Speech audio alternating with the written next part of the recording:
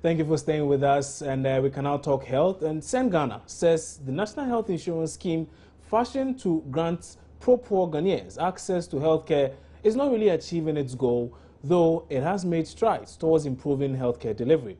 Now, this is contained in a report to be launched today. Now, according to the report, only 13% of the extreme poor population have been registered on the scheme, leaving as much as 31% in the Upper West region. With regards to the free maternal health care program, the study observed that a number of unapproved charges collected by some facilities prevents poor pregnant women from enjoying the full benefits of the scheme. The report recommends, among other things, that the Ghana Health Service should, as a matter of urgency, collaborate with NHIS to provide drugs for the various facilities. It also recommends that Parliament should review the definition of indigence provided by Act 650, consistent with national poverty indicators.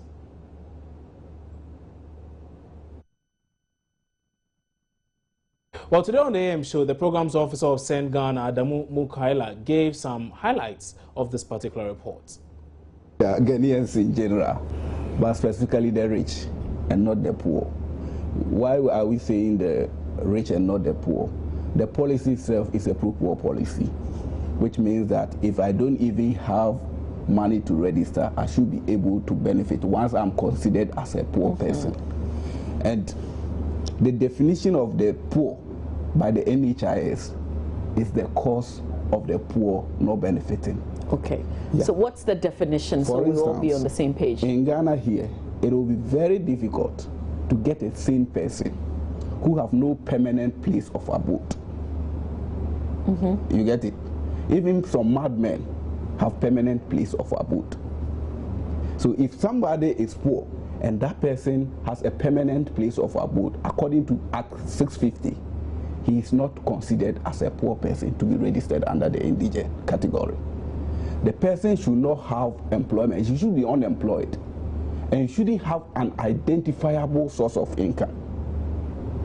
And also, he shouldn't have a known source of support from somebody. Or he shouldn't even be staying with somebody who is employed and has a fixed place of abode. So if you define the indigent in this way, then it's problematic when it comes to identifying those people. So if you go by the NHIS definition, for instance, in the Upper West region, if you take the Ghana Statistical Service definition, which is based on expenditure, consumption expenditure, which says that if somebody the whole year is not able to spend 792 cedis a year, that person is considered as what?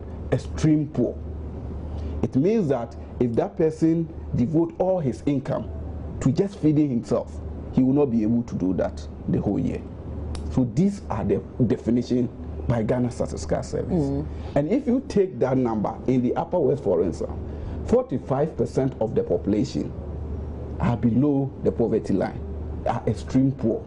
But our research findings indicate that only 14% of that population has been registered under the indigent category. Do we know why? Yeah, like I said, it's the definition of who the poor is by the NHIS. So the definition is restricting the others from getting onto the scheme. Exactly. If you go strictly by the definition, then it's only the madman that some of them, not even all of them, can be registered as indigent. So there's a need for us to look at the definition. Is it not better for us to look at the Ghana Statistical Service definition of the poor? And according to them, there are about 2.2 million Ghanaians who are considered as extreme poor. If they spend all their money to buy food, they will not be able to take care of their health. Yes. So it's better we collaborate with Ghana Statistical Service, NHIS, identify these people, and then register them as poor people. Are they easily identifiable? Yes. Though? If we collaborate with Ghana Statistical, like I said, 45% of them is in the Upper West region. 21% of them is in the Upper East region. So we know where they are. So if the NHIS collaborate well with Ghana Statistical Service and then the Department of Social Welfare, you see the Act 852 have now taken the responsibility of identifying who is poor, and then is now taking it from the NHIS and giving it to the Department of Social Welfare so that they can now use their own meters to identify the poor. That is a very good step. But we are also urging that they should go a step further by involving the Ghana Statistical Service to identify the core poor. Not even only the core poor, but the poor itself. Currently, the poor population is about 6.4 million in Ghana. That is those who can even meet their daily requirement. That is, if you are spending 1,314 a year, that amount to $1.8 a day, then it means that you are considered as poor. If you're spending 1,340 a year, as against that is the then upper, you're considered as poor. Okay. But the extreme poor is where your income is below the 782 Ghana cedis.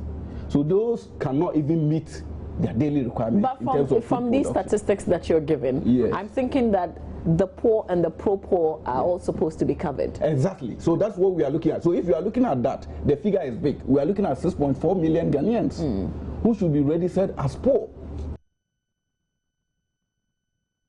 Executive Director of the Health Insurance Service Providers Association of Ghana, Frank Toblu, however, thinks one of the ways to make the scheme sustainable is to let people above 5 years pay premium, unlike the current system where people under 18 are beneficiaries. Because you provide the service. Sure. So you know those who come to you. Exactly.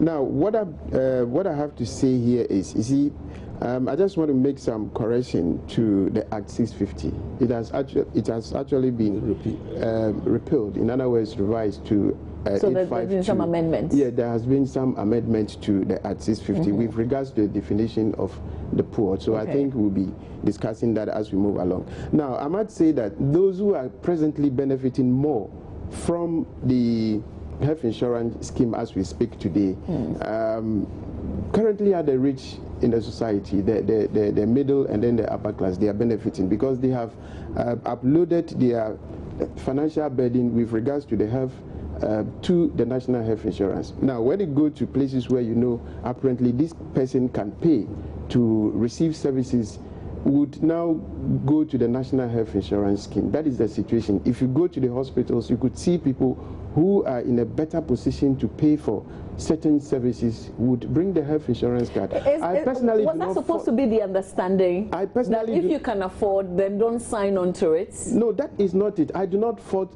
them for that, because each and every Ghanaian is supposed to be on the health insurance. That is number one thing. But you see, we're also looking at the sustainability of the national health insurance scheme. Now, the flat rate that is being charged with regards to premium, you know, it's neither here nor there. Because if you look at the premium being charged today by the national health insurance scheme, average of 20 Ghana cedis to 22 cedis.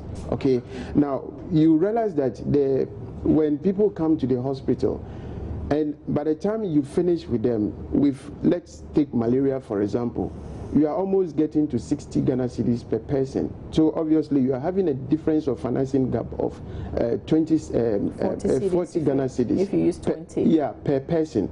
So multiply that by the number of people who visit the hospitals across the country. Now, when you put that figure together, as at October this year, we have 258 million financing gap. That means that is supposed to be money made available to the National Health Insurance Scheme to pay claims on behalf of people nationwide. That is the financing gap. Quite apart from... You said 200 and what? 58 million Ghana cedis. That is as at October today.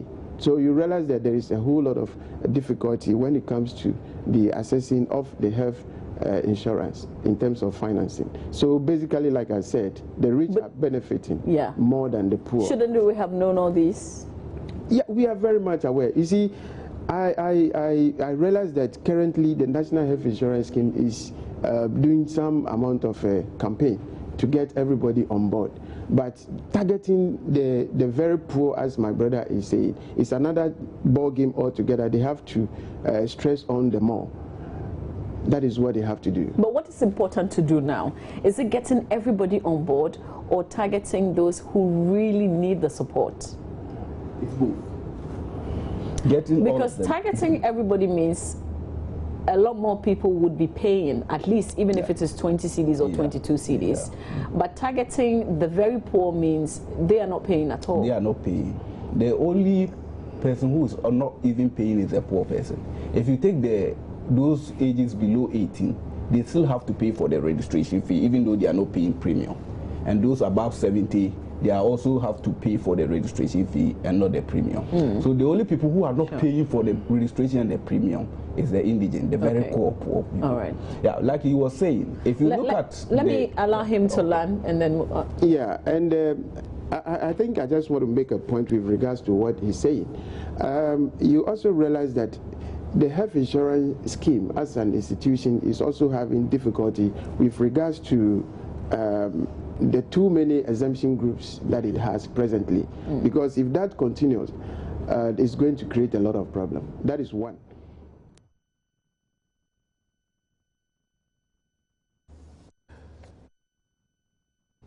Well, so we can now get some thoughts on this particular proposal and several others from the National Health Insurance Authority. I'm joined over the telephone lines now by Selo Madonu, who is Director of Communications for the authority. Mr. Dono, good morning and thank you very much for joining us on News Desk.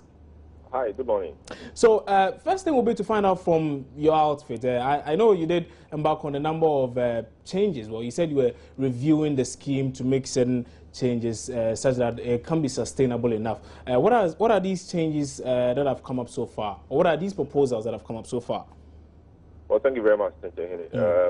I must say that sometime last month, sometime in September, the President, through the Minister of Health, inaugurated a 7-member committee to holistically look at the NHIS and review it. So this exercise is actually independent of the National Health Insurance Scheme. It is chaired by Dr. Chris Atim with a number of members, including Professor Irene Jepon, Dr. Wiwi Wang, Mr. Peter Biaboa of CHAG, and a few others, including the Chief Executive of NHIS. So this is a technical and independent committee which work quite independently of the NHIS. So that is one. Their work is to look at ways of, their work really is to look at the scheme holistically and then propose means or make recommendations about what can be done to extend the sustainability of the scheme. As you may know, the scheme is a social protection one, and no social protection program anywhere in the world is sustainable in perpetuity. You redefine sustainability periods every now and then. So that is one of them. I'm talking about the initiatives. What you mean really is what the new Chief Executive has been up to. He's made a number of comments and he's undertaken a number of exercises since taking over. One of them really is to cut down the use of paper in our registration process. What it means that in the chain of our registration process, we have what we call a registration form, which is filled. So everybody who comes fills a registration form before the data entry clerks input the data on the form into the system or into the computer. He feels that that process could be cut out, and when we worked the calculations, we realized that we could save over 4 million Ghana cedis a year if that single process is taken out. So that we are beginning to do. We are experimenting with 2 districts, and it's working out well. And very soon that will be rolled out across the country. So that is quite some cost savings for the scheme. We are also looking at what we call the mobile application, where an app will be installed on your phone, for example, so that when you go to the health facility, the doctor prescribes a drug for you. You can immediately check from the app on your phone whether the drug is covered on the NHIS medicines list or not. So that if the drug is covered and you go to the pharmacy shop with your NHIS card to an accredited or credentialed pharmacy shop or the hospital pharmacy, and you are told that the drug is not covered by the scheme, you will immediately have some basis to challenge. So, in essence, we are trying to empower the subscribers so they know their rights and so they know what to do them, so that when somebody is trying to cheat them, they know what to do. What we're also trying to do in terms of subscriber empowerment is the fact that we're trying to explore a number of NHIS personnel who will be stationed at various health facilities to help NHIS members navigate the system at the hospital or the provider side. You know that when people go to the hospital, normally they are sick, and so they are not very active. They are not very active. So anything they are told, they believe or they take. What will happen is that, for example, if you go to the facility and they tell you that, and you are told that NHIS doesn't cover a service, you can quickly go to the NHIS. Somebody is there trained from the NHIS who will lead you and who will tell you what to do and can advise you appropriately. Whether I see. So quite a number of fantastic interventions, I might say, going forward. But let me ask this. Now, some say it's supposed to be a well, obviously, it's supposed to be a pro-poor initiative, a scheme that is supposed to help the vulnerable, the poor and vulnerable in society. Now, many are saying that it's not really serving that process. It's not serving that thing we are looking for it to serve, and that, well, and according to St. Ghana's report, this thing reflects heavily in there. Is that an assertion you agree with?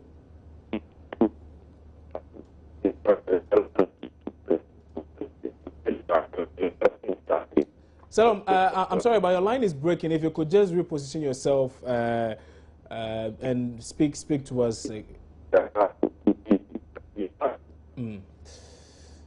Well, no, the line is not too good there. We'll try his line once more, but that was Salam Adono. He is Director of Communications at the National Health Insurance Authority, telling us about some of the plans put in place by his outfit to ensure that the scheme is sustained and okay. Well, I'm told we have him back on the line. So, Salam, can you hear me now?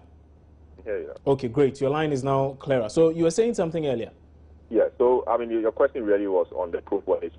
Exactly. It's a pro-poor program. It's meant to help, the vulnerable in society and everybody else in the country, because it's a scheme for Ghanaians, a national health insurance scheme. So the rich and the poor are put on the scheme. Indeed, it's a scheme which subsists on the principle of cross-subsidization, which means that the poor are helped by the rich, and the strong also help the weak. But is that what is happening? Because according to the reports by St. Ghana, it seems this particular model you're running seems to be benefiting the rich more than the poor. No. You actually advertised the St. Ghana report, but I've had the opportunity of looking at the St. Ghana report in depth. What the St. Ghana report has said is that the poverty, there's a percentage of the national population which is described as poor, and in their view, the coverage in the Upper East, Upper West, in terms of the NHIS coverage, has been a bit below the national statistics. And indeed, the scheme hasn't covered 100% of the country yet. We are just around 39-40% of the entire population. So in any case, you will have to work that one out against what we have there. So you can't say that, let's say, 45% of people in the Upper West region, are poor. So NHIS in that region should cover all the 45%. It's a percentage of the national. Once you have not covered the whole country yet, it will be unfair to state that, we need to cover the entire indigent population in that region. But I have some good news for you. Last year alone, NHIS registered, 1.5 million people of this core poor population you're talking about, which constitute about 80% of the entire indigent population in the country. The Ghana Living Standard Survey put the indigent population in Ghana at about 2.5 to 2.8. And out of that, we're able to cover about 1.5 million of that, which is quite huge. And what are we doing this year? What we're doing this year is to increase the number. Just next week, we are collaborating with the Ministry of Gender, Children and Social Protection, to undertake an exercise to develop a tool to help in identifying more of these indigent people. If you live in a society with a lot of cultural dimensions, will it be easy for you to go and point somebody and describe that person as being poor or indigent? So what we are coming out with is a scientific tool to help us determine exactly who is poor and who must be looked at. Mind you, the NHIS, has a mandate, of course, to provide financial, coverage for poor people. But who does the targeting of the poor? Is that part of NHIS's core mandate? We do so in collaboration with other agencies of state. Okay. So, for example, the people on the LEAD program, when we locate them or when they present themselves, by virtue of the fact that they're on the LEAD program, they are taken care of free of charge. People on the school feeding program, people on the free school uniform program, all these people we identify and then we cover them for free. So there are a number of things we're doing, but the NHIS we cannot do that alone, and we are collaborating with stakeholders to ensure that, you know, the pursuit of that is quite smooth. Great. So let me ask one more thing. Now, there's a proposal for you to, a suggestion by HISPAG and St. Ghana, actually, but particularly from HISPAG. They are saying that, you know what, let's sustain this scheme because it looks like it's a good thing. But in order to sustain it, we need to modify certain things. Now, they are proposing or suggesting that, for instance, people above the ages of 5 are made to pay premiums, other than the normal model we are used to, as in people below the age of 18 not being made to pay. I mean, is this something you agree with, and to what extent? Well, Chenja, to be fair to me and to be fair to your viewer, I think you're not doing a good job, because you told me that you were asking me, you advertised that you were going to talk about something else. Yes. And here am I, you are confronting me with details of the report. Right. I do understand what you're saying. I do understand what you're saying. And apologies, but again, we did have HISPAG speak on this particular issue, and once we have you on, we thought it wise to just ask one or two of these questions. That wouldn't be fair, because you don't call somebody and put issues to me when you don't ask me to prepare for that. Right. So it's obvious you're not in a position to answer that now. But finally, before you go, I need to find out. You mentioned one thing that you are doing now, developing mobile applications to help customers or subscribers of the NHIS, right? Exactly. Yeah. Okay. So is it already out, or when is it supposed to be out? Well, it should be out by end of the year. The program has been developed. You know, I've seen it. It's been demonstrated to us, and we're just doing a few tweaks on it, after which we made public. But one would wonder, I mean, if obviously it's a pro-poor initiative, like I said earlier, and we are targeting the poor, and we are doing mobile applications that require smartphones. How many poor folk are able to afford smartphones in Ghana? That is not the point at all. That it is not an exclusive thing we're doing. We are doing this together with other programs we have to educate the poor. But indeed, if you have one and somebody is poor, the person is being shortchanged at the facility. If you are there, you are able to help. So it's a way of reducing or closing the gap on the misinformation and lack of information in the system. So yes, it may not be the alpha and omega of all the problems we have, but it may help, you know, solve the problem some way, somewhat. So, of course, if I have a mobile phone and I'm able to get that app onto my phone free of charge, and I have somebody in my family who is poor and is having difficulties with this, it's easy for me to check and let the person know. Okay. Then the other argument could also be that a lot of the poor people are illiterate. So how then would they be able to read the prescription they are giving? So it's neither here nor there at all. I see. Right. Selim Adonu, many thanks for your time on Newsdesk this morning. Really appreciate your time. That was Selim Adonu. He is Director of Communications at the National Health Insurance Authority there. We're taking a break on Newsdesk. When we come back, we'll bring you some business.